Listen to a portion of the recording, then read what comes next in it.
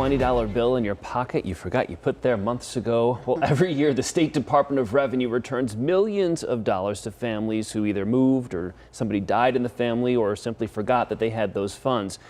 You could have some money waiting for you. I'm going to show you how to check in just a moment. Unclaimed checks, old accounts, safe deposit box that have been untouched for years. Whatever the state can't reconnect with the rightful owners, they auction off.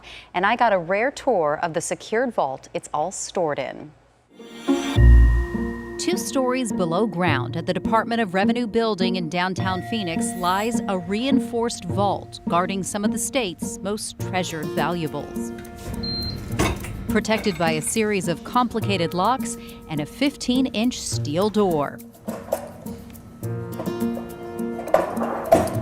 While it's more police evidence locker than pirate's lair, they did have a bag of gold. Which is very deceptively heavy.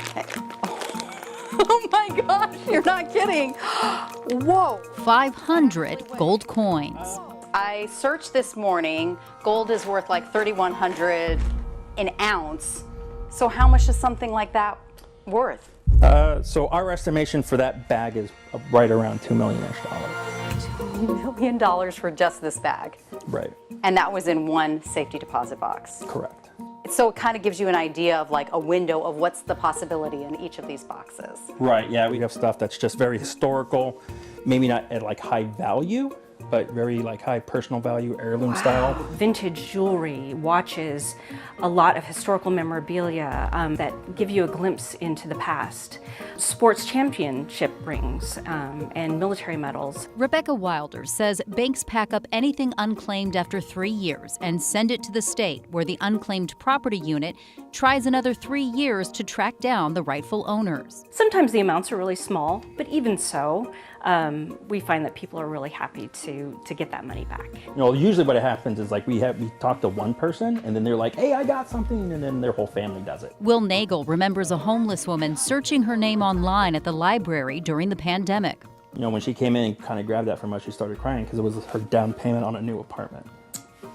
So that always makes it worth it. Bankers' boxes stacked 10 high on rows of shelves, some still sealed by the bank, all methodically cataloged before an appraiser weighs in on the value and sends it to auction. So the oldest item we have here is, 1985. You never really know what you're going to get. This year, there are nearly 850 items you can see in person before you place your bid. Fine jewelry items like this antique, platinum and diamond, Tiffany watch, to far more bizarre items like these 22-karat gold teeth. Gold is valuable. Strangely enough, every year we find gold teeth. All the money from the auction goes into a custodial account held for the owner another 35 years.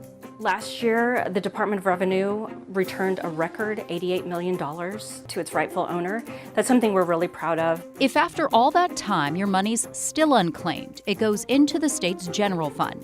And perhaps because we may never know the backstory on all this treasure, this diamond engagement ring or custom dagger with inlaid semi-precious stones and gold, it's even that much more priceless.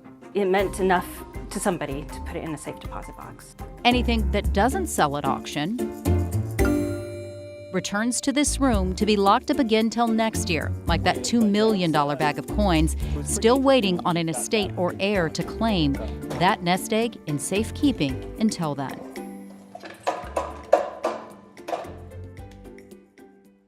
And they lock it up again. I'm checking your smile to see if there's any gold. You want those gold teeth. You want to bid on them, don't you? Bizarre.